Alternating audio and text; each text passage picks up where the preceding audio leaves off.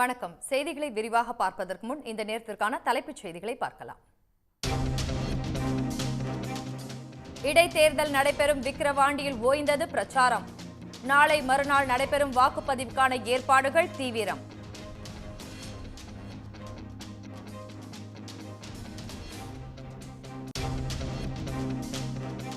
சென்னையில் ரவுடிகளை ஒடுக்க முன்னுரிமை அளிக்கப்படும். புதிய காவல் ஆணையராக பொறுப்பேற்ற அருண் திட்டவட்டம்.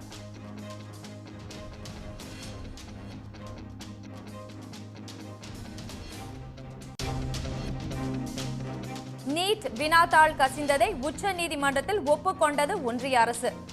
முறைகேட்டால் பயனடைந்தவர்களை கண்டறிய அரசு எடுத்த நடவடிக்கை என்ன என உச்சநீதிமன்றம் சரமாரி கேள்வி. 3 புதிய குற்றவியல் சட்டங்களை ஆராய ஓய்வு பெற்ற நீதிபதி சத்யநாராயணா தலைமையில் ஆணையம் அமைத்தது தமிழ்நாடு அரசு. புதிய சட்டங்களில் மாநில அளவில் மேற்கொள்ள வேண்டிய திருத்தங்கள் குறித்து குழு பரிந்துரைக்கும் என்றும் அறிவிப்பு.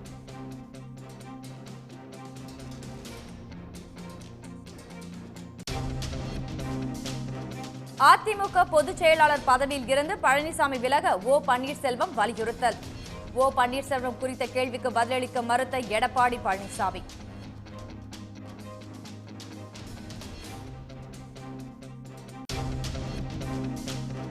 திருமங்கலம் கப்பலூர் சுங்கச்சாவடியில் நாளை முதல் உள்ளூர் வாகனங்களுக்கும் கட்டணம். தொடர் போராட்டம் நடத்தப்படும் என உள்ளூர் மக்கள் எச்சரிக்கை.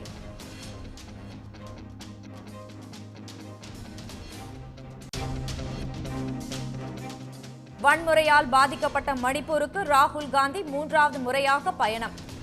வன்முறையால் எந்த பிரச்சினைக்கும் தீர்வு காண முடியாது என்றும் கருத்து.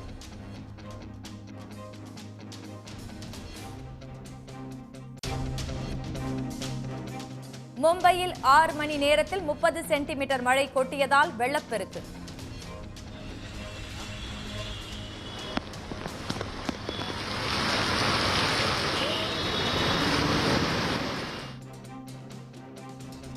தண்டவாளங்களிலும் தண்ணீர் தேங்கியதால் ரயில்கள் ரத்து.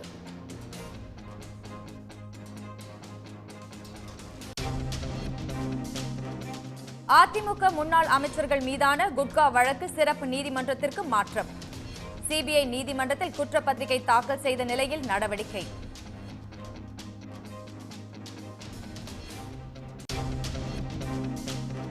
தஞ்சை அருகே வெளிநாட்டுக்கு கடத்த முயன்ற 22 கோடி மதிப்புள்ள 6 ஐம்பொன் சிலைகள் மீட்பு.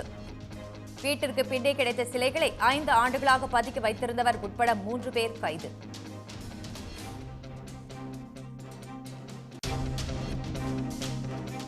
கர்நாடகாவில் பாஜக எம்பி வெற்றி கொண்டாட்டத்தில் மதுபானம் விநியோகத்தால் சர்ச்சை. பாஜக தொண்டர்கள் போட்டி போட்டு மதுபானம் வாங்கிச் சென்ற வீடியோ வெளியாகி அதிர்ச்சி.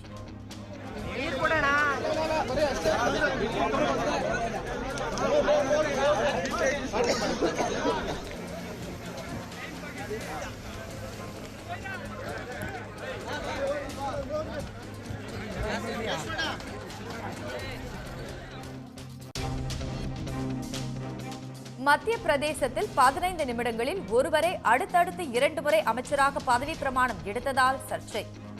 காங்கிரஸ் எம்எல்ஏ பதவியை ராஜினாமா செய்யாமலேயே பதவியேற்றதால் நிகழ்ந்த குழப்பம்.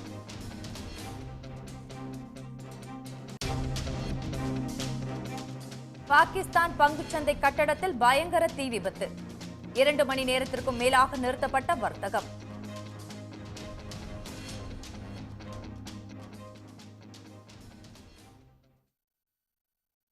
நீட் தேர்வு வினாத்தாள் கசிந்தது உறுதியாகியுள்ளதாக தெரிவித்துள்ள உச்சநீதிமன்ற தலைமை நீதிபதி முறைகேட்டால் பயனடைந்தவர்களின் முழு விவரத்தை தேசிய தேர்வு முகமை தாக்கல் செய்ய உத்தரவிட்டுள்ளது.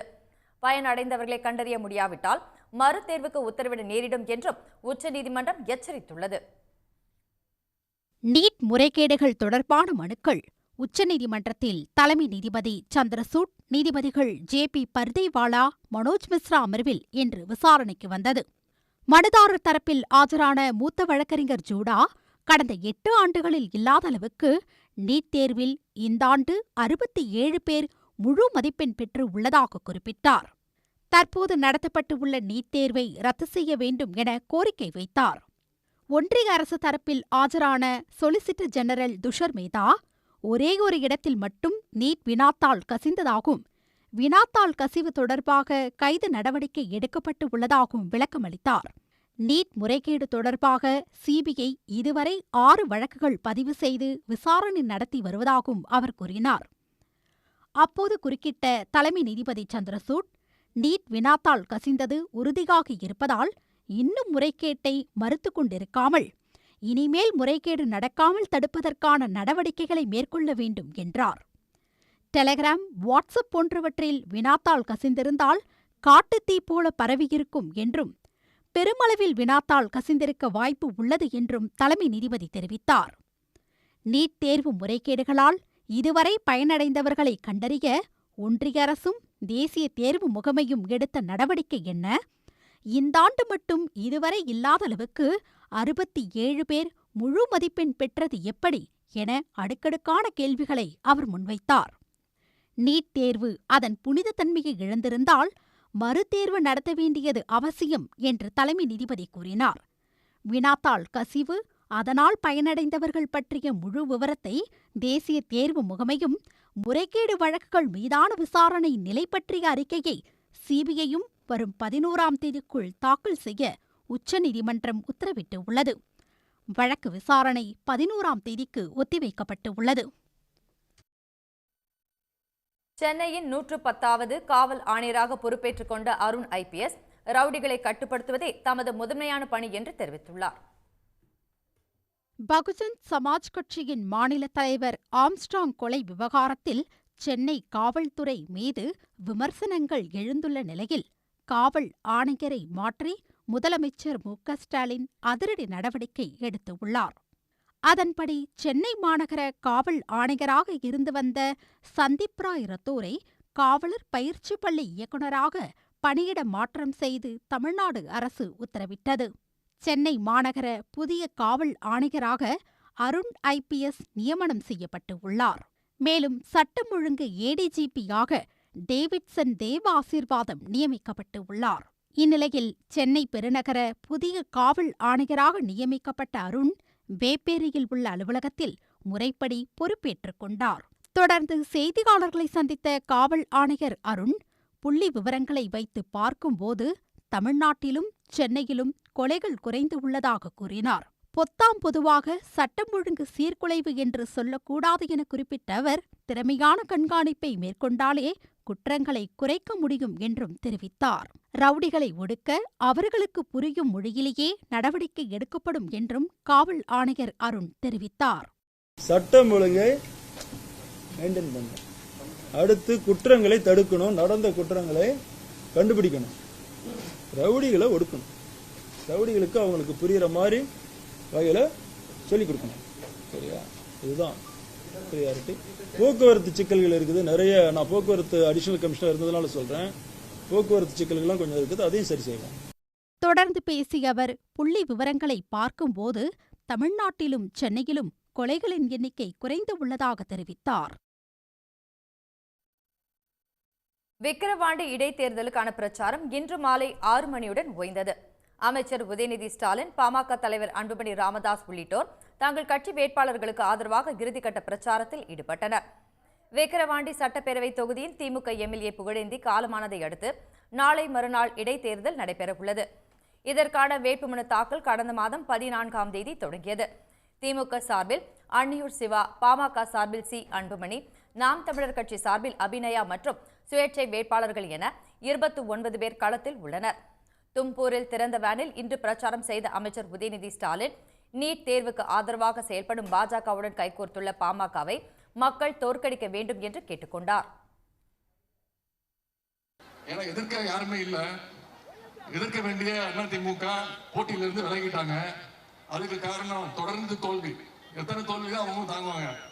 அதனால இந்த முறை அவங்களே தேர்தலிருந்து விலகிட்டாங்க. போட்டி போடுறது யாருன்னு பாத்தீங்கன்னா பாட்டாளி மக்கள் கட்சி. அது நீங்க பாத்துக்கோங்க, எப்படி பாட்டாளி மக்கள் கட்சி யாரோட கூட்டணி இருக்காங்க நீங்க யோசிச்சு பார்க்கணும். வாக்கு கேட்கின்ற இந்த நேரத்தில் உங்களுக்கு நல்லா நன்றி சொல்ல வேண்டிய கடமையும் இருக்கு.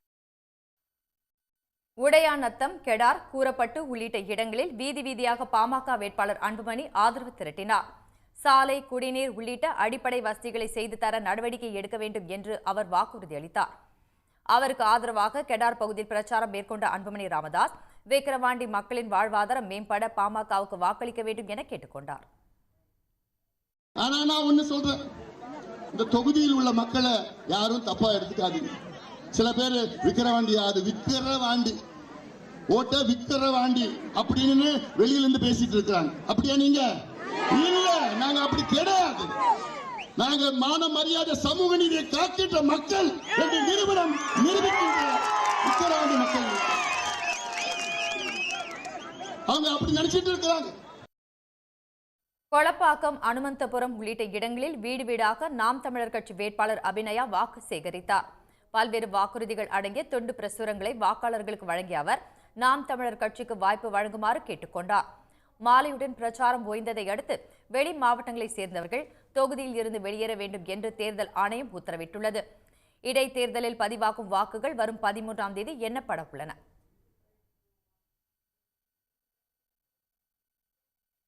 முதலமைச்சர் மு.க.ஸ்டாலின் தலைமையிலான ஆட்சியில் விழுப்புரம் மாவட்டத்திலும் விக்கிரவாண்டி தொகுதியிலும் நிறைவேற்றப்பட்டுள்ள திட்டங்கள் குறித்த விவரங்கள் வெளியாகியுள்ளன.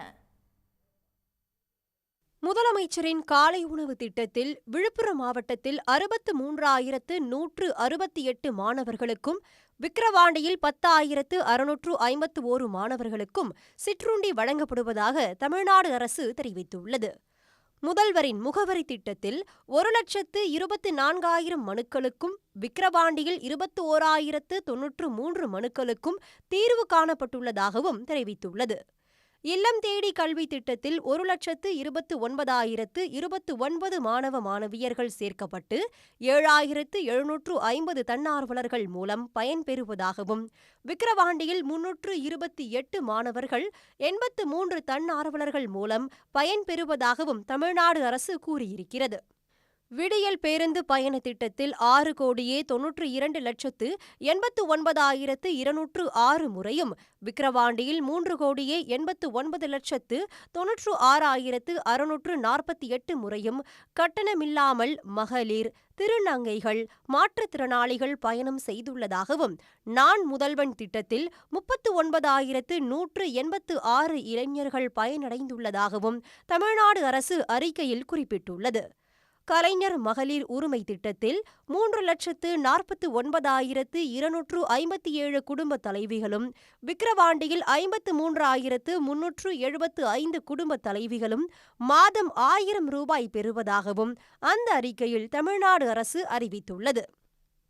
இதேபோல பட்டம் மற்றும் பட்டயம் பெற்ற 2,085 ஏழை பெண்களுக்கு தலா 50,000 ரூபாய் வீதம் 10,42,00,000 ரூபாய் திருமண நிதி உதவியும், 7,50,00,000 ரூபாய் மதிப்பிலான 16 கிலோ 680 கிராம் தங்க நாணயமும் வழங்கப்பட்டுள்ளதாக அந்த அறிக்கையில் தெரிவிக்கப்பட்டுள்ளது. புதுமை பெண் திட்டத்தின் கீழ் 6 முதல் 12ஆம் வகுப்பு வரை அரசு பள்ளிகளில் படித்து கல்லூரிகளில் சேர்ந்த 9,488 மாணவிகளும், விக்கிரவாண்டியில் 738 மாணவிகளும் திராவிட மாடல் அரசு மூலம் மாதந்தோறும் 1,000 ரூபாய் பெறுவதாகவும் குறிப்பிட்டுள்ளது. ஜார்க்கண்ட் சட்டப்பேரவையில் நடைபெற்ற நம்பிக்கை வாக்கெடுப்பில் அம்மாநில முதலமைச்சர் ஹேமந்த் சோரன் வெற்றி பெற்று பெரும்பான்மையை நிரூபித்துள்ளார். ஜார்க்கண்ட் முதலமைச்சராக இருந்த ஹேமந்த் சோரன் சட்டவிரோத பண பரிவர்த்தனை வழக்கில் தான் கைதாக போவது அறிந்து கடந்த மார்ச் மாதம் தனது பதவியை ராஜினாமா செய்தார். அதைத் தொடர்ந்து முதலமைச்சராக சம்பாய் சோரன் பொறுப்பேற்றுக் கொண்டார். இதற்கிடையே கடந்த 2 வாரங்களுக்கு முன்பு ஹேமந்த் சோரனுக்கு ஜார்க்கண்ட் உயர்நீதிமன்றம் ஜாமீன் வழங்கி உத்தரவிட்டது. இதையடுத்து சிறையிலிருந்து வெளிவந்த அவரை இந்தியா கூட்டணி எம்எல்ஏக்கள் நடத்திய ஆலோசனைக் கூட்டத்தில் மீண்டும் மாநில முதலமைச்சராக்குவது என முடிவு செய்யப்பட்டது. அதற்கு ஏற்ப சம்பாய் சோரனும் தனது பதவியை ராஜினாமா செய்யவே ஆட்சி அமைக்கும்படி ஹேமந்த் சோரனுக்கு ஆளுநர் சி.பி. ராதாகிருஷ்ணன் அழைப்பு விடுத்திருந்தார். இந்நிலையில் ஜார்க்கண்ட் மாநில முதல்வராக கடந்த 4ஆம் தேதி மீண்டும் பொறுப்பேற்றுள்ள ஹேமந்த் சோரன் அரசு மீது இன்று சட்டப்பேரவையில் நம்பிக்கை வாக்கெடுப்பு நடைபெற்றது. இதில் உறுப்பினர்களாக உள்ள 76 எம்எல்ஏக்களில் ஜார்க்கண்ட் முக்தி மோர்ச்சா, காங்கிரஸ் உள்ளிட்ட கூட்டணி கட்சிகளைச் சேர்ந்த 45 எம்எல்ஏக்கள் ஹேமந்த் சோரனுக்கு ஆதரவாக வாக்களித்ததால் வாக்கெடுப்பில் அவர் வெற்றி பெற்றார். இதனிடையே தனது அமைச்சரவையை விரிவாக்கம் செய்துள்ள ஹேமந்த் சோரன் காங்கிரஸ் கட்சிக்கும் அமைச்சரவையில் இடம் கொடுத்துள்ளார். இந்நிலையில் ஆளுநர் மாளிகையில் நடைபெற்ற பதவியேற்பு விழாவில் ஹேமந்த் சோரன் சிறை சென்ற காலத்தில் ஆட்சியை கவிழாமல் பார்த்துக்கொண்ட சம்பாய் சோரனும் காங்கிரஸ் கட்சியை சேர்ந்த ராமேஸ்வர் ராவும் புதிய அமைச்சர்களாக பதவியேற்றுக் கொண்டனர்.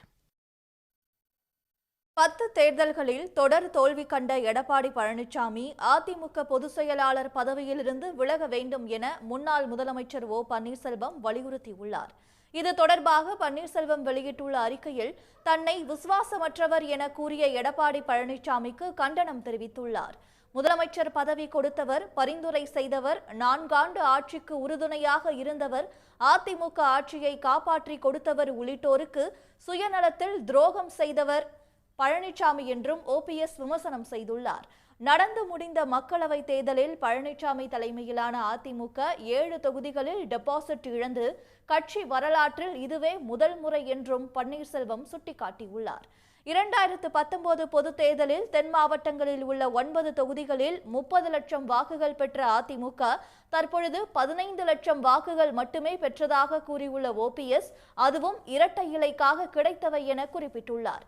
அதிமுக மீண்டும் ஒன்றுபட்டு 2026இல் ஆட்சியை பிடிக்க வேண்டும் என்பதே தனது விருப்பம் என தெரிவித்துள்ள ஓபிஎஸ், அதற்காக 10 தோல்வி பழனிசாமி பதவியிலிருந்து விலகினால் நன்றாக இருக்கும் என அதிமுக தொண்டர்கள் விரும்புவதாக காட்டமாக கூறியுள்ளார். அதிமுகவை அழிவு பாதைக்கு அழைத்து செல்லும் பழனிசாமியின் தலைமை தொடர்ந்தால் அதிமுக மாபெரும் வீழ்ச்சியை சந்திக்கும் என்றும், தோல்வியின் மறு உருவமான பழனிசாமியை தொண்டர்கள் ஏற்கவில்லை என்றும் ஓபிஎஸ் விமர்சனம் செய்துள்ளார். தன்னை கட்சியில் சேர்த்துக் கொள்ளுமாறு எந்த காலத்திலும் பழனிசாமியிடம் யாசகம் கேட்க மாட்டேன் என்றும் அவர் தெரிவித்துள்ளார்.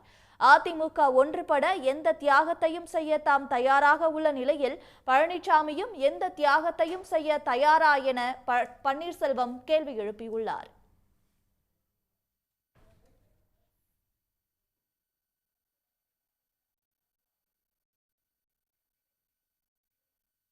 அதிமுகவில் மீண்டும் பன்னீர்செல்வம் சேர்த்துக் கொள்ளப்படுவாரா என்ற கேள்விக்கு கட்சியில் இருந்து வெளியேற்றப்பட்டவர்களை பற்றி பேச விரும்பவில்லை என்று எடப்பாடி பழனிசாமி தெரிவித்துள்ளார். ஓ பன்னீர்செல்வம் தரப்பினர் கட்சி அலுவலகத்தை அடித்து நொறுக்கி கட்சியினரை தாக்கியதாகவும் அவர் குற்றம் சாட்டியுள்ளார். சார், ஜெயலலிதா அவர்களே அவரை எதிர்த்த காளிமுத்து, நெடுஞ்செழியன் அவர்கள்லாம் ஒரு சமயத்தில் இணைச்சிக்கிட்டாங்க. ஆனால் தொடர்ந்து இணைக்கிறதுக்கு இவர் ஏன் மறுத்துவரார்? நீங்கள் வேறுன்னு ஏதோ ஒரு கேள்வி கேட்கணும்னு கேட்குறீங்க. நான் தான் அந்த கேள்விக்கே கேள்விக்கே அதாவதுங்க, வெளியேற்றப்பட்டவர்களை பற்றி கேள்வி கேட்டால் அவர்கள் ஏதாவது ஒரு பதில் சொல்லுவாங்க. நீங்கள் ஊடகத்தில் விறுவிறுப்பான செய்தி வேணும்னு எங்கள் மூலமாக கிடைக்கிறீங்க, அது வேண்டாம். அவர்களெல்லாம் போய் கட்சி ஆஃபீஸை உடைக்கலை, கட்சிக்காரனை அடிக்கலை, கட்சியுடைய வாகனத்தில் நொறுக்கலை, அவரெல்லாம் பொருளை திருடிக்கிட்டு போகல. மக்களவை எதிர்க்கட்சித் தலைவர் ராகுல் காந்தி வன்முறையால் பாதிக்கப்பட்டுள்ள மணிப்பூருக்கு சென்று நிவாரண முகாம்களில் தங்க வைக்கப்பட்டுள்ள மக்களை சந்தித்து குறைகளை கேட்டறிந்தார். காங்கிரஸ் எம்பி ராகுல் காந்தி எதிர்க்கட்சித் தலைவராக தேர்ந்தெடுக்கப்பட்ட பின் முதல் முறையாக வடகிழக்கு மாநிலங்களுக்கு சென்றார். டெல்லியிலிருந்து அசாம் மாநிலத்தின் சில்சார் விமான நிலையத்திற்கு சென்ற அவரை காங்கிரஸ் கட்சியினர் மற்றும் உள்ளூர் மக்கள் உற்சாக வரவேற்பு அளித்தனர்.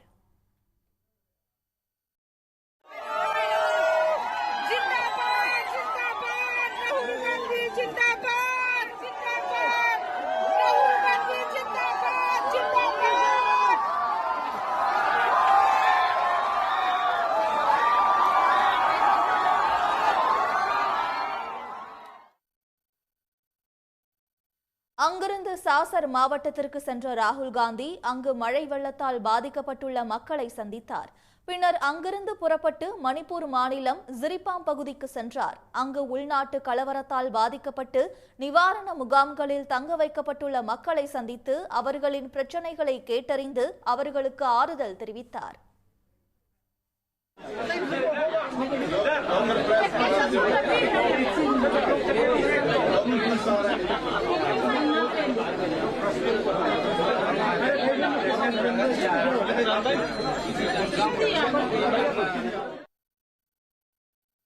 ஜிப்ராம் முகாமில் தங்க வைக்கப்பட்டிருப்பவர்களிடம் ஆறுதல் கூறிய ராகுல் காந்தி பின்னர் மணிப்பூர் ஆளுநர் அனுசுயா உய்கேயை சந்தித்து மணிப்பூர் நிலவரம் குறித்து ஆலோசனை நடத்தினார். பின்னர் செய்தியாளர்களை சந்தித்த அவர் 2 ஆண்டுகளாகியும் மணிப்பூரில் நிலைமை சீராகவில்லை என்றார். ரஷ்யாவுக்கு செல்லும் பிரதமர் மோடிக்கு மணிப்பூர் செல்ல நேரமில்லை என ராகுல் காந்தி சாடினார். மணிப்பூர் மக்களுக்காக காங்கிரஸ் கட்சி என்றும் துணை நிற்கும் என்றும் இந்த பிரச்சனையை அரசியலாக்க விரும்பவில்லை என்றும் அவர் கூறினார். I don't want to go further into politicizing this issue. It's not my intention. As I said, I come here as a brother, as a family member, and I understand that the entire Manipur, all of it, is in pain, is suffering, and needs to get out of this suffering as soon as possible. So that's my message. I would request everybody to think about peace, to think about brotherhood, and violence and hatred is not going to get any solution. கடந்த ஆண்டு மணிப்பூரில் cookie மற்றும் மெய்த்தி இனத்தினருக்கு இடையே மோதல் ஏற்பட்டு பெரும் கலவரம் வெடித்த பின் 3வது முறையாக ராகுல் காந்தி மணிப்பூருக்கு சென்றுள்ளார். ஆனால் பிரதமர் மோடி ஒரு முறை கூட மணிப்பூருக்கு செல்லவில்லை என்று காங்கிரஸ் கட்சி குற்றம் சாட்டியுள்ளது. இதற்கு ராகுல் காந்தி மலிவான விளம்பரத்தில் ஈடுபடுவதாக பாஜக தொழில்நுட்ப பிரிவு தலைவர் அமித் மால்வியா பதிலளித்துள்ளார்.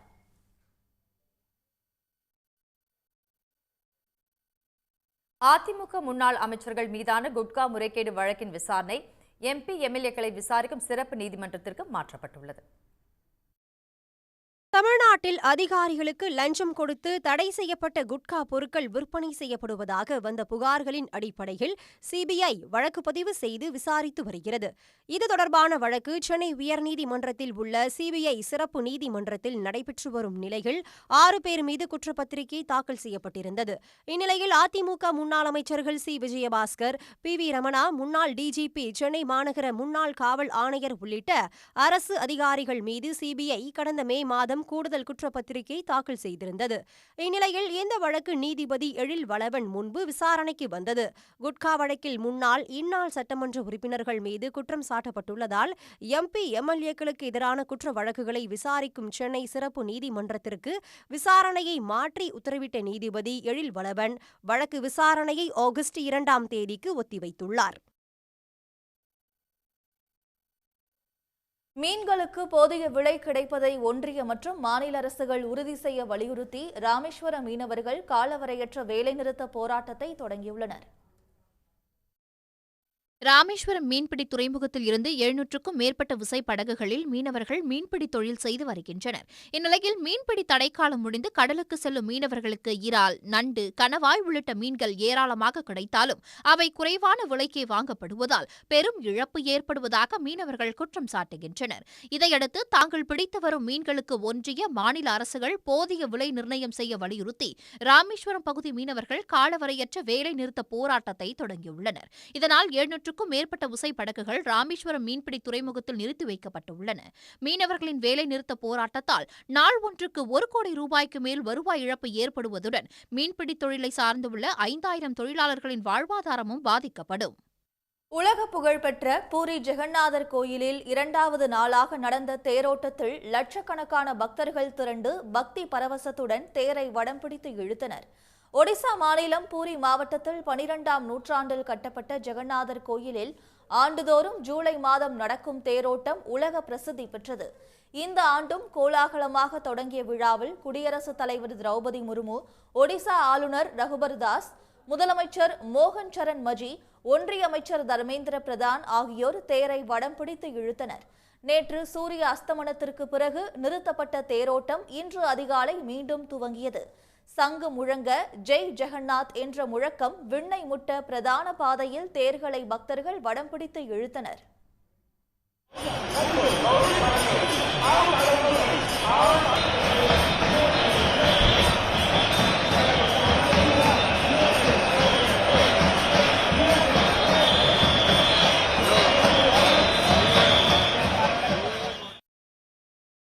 முன்னதாக நேற்று பூரி ஜெகநாதர் கோயிலிலிருந்து மூலவர் ஜெகநாதர், அவரது சகோதரர் பாலபத்திரா மற்றும் சுபத்ரா தேவி ஆகியோரின் மர சிலைகள் பிரம்மாண்டமான 3 தனித்தனி தேர்களில் வைக்கப்பட்டு இழுக்கப்பட்டன. தங்க துடப்பத்தால் ரதங்கள் பயணிக்க தொடங்கும் வழியை சுத்தம் செய்து ரத யாத்திரை தொடங்கியது.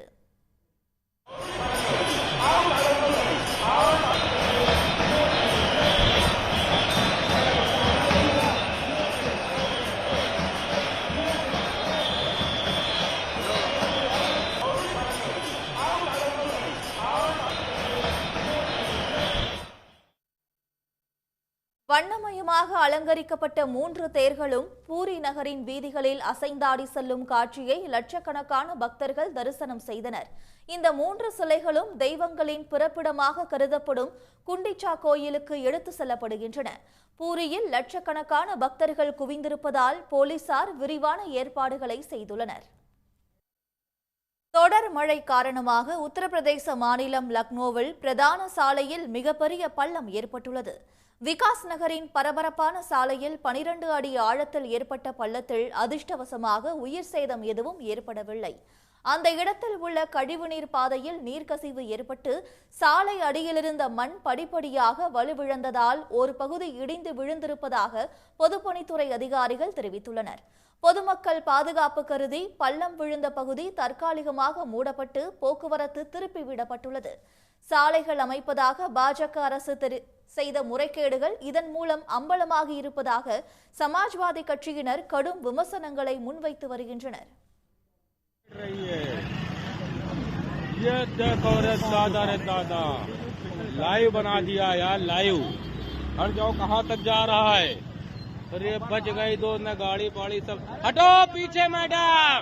விக்கிரவாண்டி இடைத்தேர்தலில் அதிமுகவினரும் திமுகவிற்கு வாக்களிக்க தயாராக இருப்பதால் திமுக வேட்பாளர் அன்னியூர் சிவா வெற்றி பெறுவது உறுதி என்று அமைச்சர் ஏவாவேலு நம்பிக்கை தெரிவித்துள்ளார்.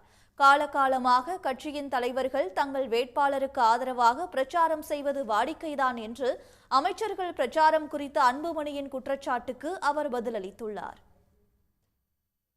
அவர் அன்புமணி நண்பர் அரசியலுக்கு வர்றதுக்கு முன்னாலே அதுக்கு முன்னாலே நல்லா அரசியலுக்கு வந்துட்டோம். நான் அமைச்சர்கள் ஏன் வராங்கன்னு சொன்னோம்னாக்கா இது ரொம்ப வேடிக்கையாக இருக்குது. அந்தந்த இயக்கம் வெற்றி பெறுவதற்கு அந்தந்த தலைவர்கள் வரதான் செய்வாங்க. 1963 இடைத்தேர்தல் நடைபெற்றது திருவண்ணாமலையில். அப்போ நான் பள்ளியில் படித்து கொண்டது காலங்கள். அப்பொழுது பெருந்தலைவர் காமராஜர் அப்பொழுது 2 கட்சி தான் கண்ணுக்கு தெரிஞ்ச கட்சிகளாக இருந்தது. ஒன்று திராவிட முன்னேற்ற கழகம், இன்னொன்று காங்கிரஸ். அந்த காங்கிரஸ் பேர் இயக்கத்து சார்பாக தேர்தல் பிரச்சாரத்துக்கு தேர்தலை முன்னணி நடத்தியவர் முதலமைச்சராக இருந்த நாங்கள் பெரிதும் மதிக்கிற பெருந்தலைவர் காமராஜர் அவர்கள். அந்த தேர்தலில் திராவிட முன்னேற்ற கழகத்தின் சார்பாக அன்றைக்கு பேரிஞ்ச அண்ணாவால் அளிக்கப்பட்டவர் பொருளாளராக இருந்த அண்ணன் கலைஞர் அவர்கள் தேர்தல் பொறுப்பேற்று 63 திருவண்ணாமலை இடைத்தேர்தலில் ஈடுபட்டாங்க. ஒன்று திராவிட முன்னேற்ற கழகத்தை அண்ணன் கலைஞர் தலைமையாக வைக்கிறார், இன்னொன்று காங்கிரஸ் சார்பாக பெருந்தலைவர் காமராஜர் முதலமைச்சர். அந்த தலைவர் ஏன் முதலமைச்சராக தேர்தலுக்கு வந்தார் நம்ம கேட்க முடியுமா?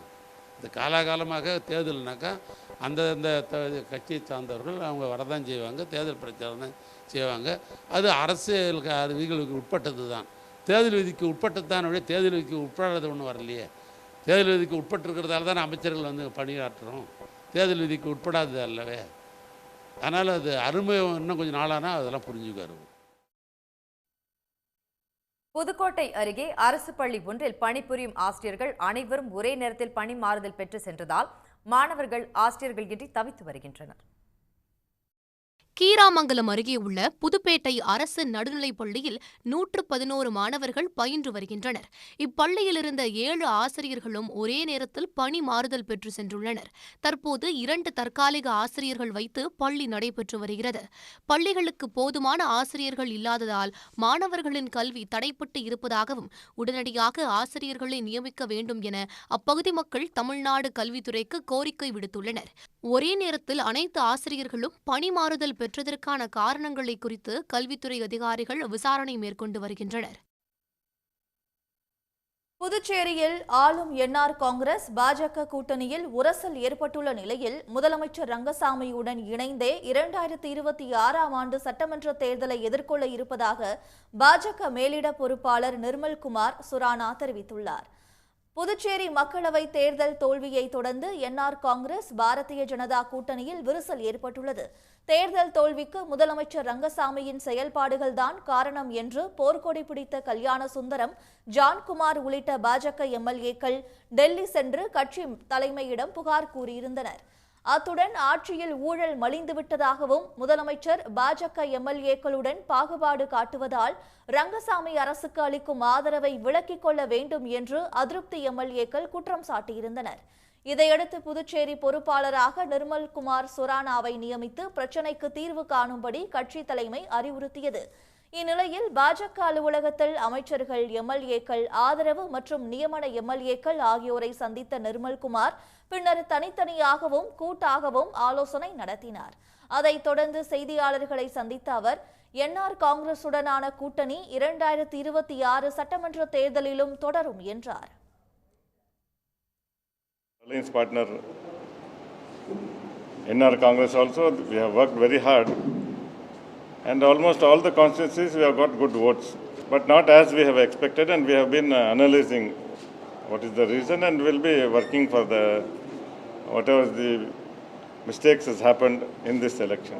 This alliance is for this up to 26 and after that also. Puducherry முதலமைச்சர் மற்றும் அமைச்சர்கள் மீது பாஜக எம்எல்ஏக்கள் டெல்லி சென்று மேலிடத்திடம் புகார் கூறியிருந்த நிலையில் அது குறித்து விசாரணை நடத்தி நடவடிக்கை எடுக்கப்படும் என்று நிர்மல்குமார் சுரானா தெரிவித்துள்ளார். சேலம் பெரியார் பல்கலைக்கழகத்தின் துணைவேந்தரின் பணி நீட்டிப்பை கண்டித்து இந்திய மாணவர்கள் கூட்டமைப்பு சார்பில் கல்லூரி நுழைவு வாயிலில் ஆர்ப்பாட்டம் நடத்தப்பட்டது. சேலம் பெரியார் பல்கலைக்கழகத்தின் துணைவேந்தர் ஜெகநாதனின் பதவிக்காலம் ஜூன் 30ஆம் தேதி நிறைவடைந்த நிலையில் கடும் எதிர்ப்புகளுக்கு மத்தியில் அவருக்கு ஆளுநர் RN ரவி பதவி நீட்டிப்பை வழங்கி உத்தரவிட்டார். பல்வேறு குற்ற வழக்குகளில் இருக்கும் துணைவேந்தருக்கு பணி நீட்டிப்பு வழங்கியதை கண்டித்து இந்திய மாணவர்கள் கூட்டமைப்பு சார்பில் சேலத்தில் போராட்டம் நடைபெற்றது. பல்கலைக்கழகத்தில் பெரியார் பல்கலைக்கழகத்தில் பல்வேறு முறைகேடுகளில் தொடர்ந்து ஈடுபட்டு வரும் துணைவேந்தர் அவர்களை உடனடியாக பதவி நீக்கம் செய்யப்பட வேண்டும். அந்த பதவி நீக்கம் செய்யும் வரை எங்களுடைய போராட்டம் தொடரும். முதல் கட்டமான இந்த போராட்டம் இன்று தொடங்கியுள்ளோம். உடனடியாக RSS ரவி அவர்கள் இந்த துணைவேந்தரை பதவி நீக்கம் செய்யாவிட்டால் எங்களுடைய கழகத்தினுடைய தலைவர் தளபதி அவர்களுடைய அனுமதியை பெற்று கழக மாணவரணி செயலாளருடைய அறிவுறுத்தலின்படியில் அனைத்து மாணவர் கூட்டமைப்பையும் ஒருங்கிணைத்து மிகப்பெரிய ஒரு போராட்டத்தையும் துணைவேந்தரை முற்றுகையும் போராட்டத்தையும் அடுத்து நடத்த உள்ளோம் என்பதை தெரிவித்துக் கொள்கிறோம். உடனடியாக அவரது பணி நீட்டிப்பை தடை செய்ய வலியுறுத்தியும் ஆளுநர் ரவியை கண்டித்தும் போராட்டத்தில் ஈடுபட்டவர்கள் முழக்கத்தில் ஈடுபட்டனர். உடனுக்குடன் செய்திகளை தெரிந்து கொள்ள சன் நியூஸ் பெல் ஐகானை கிளிக் பண்ணுங்க.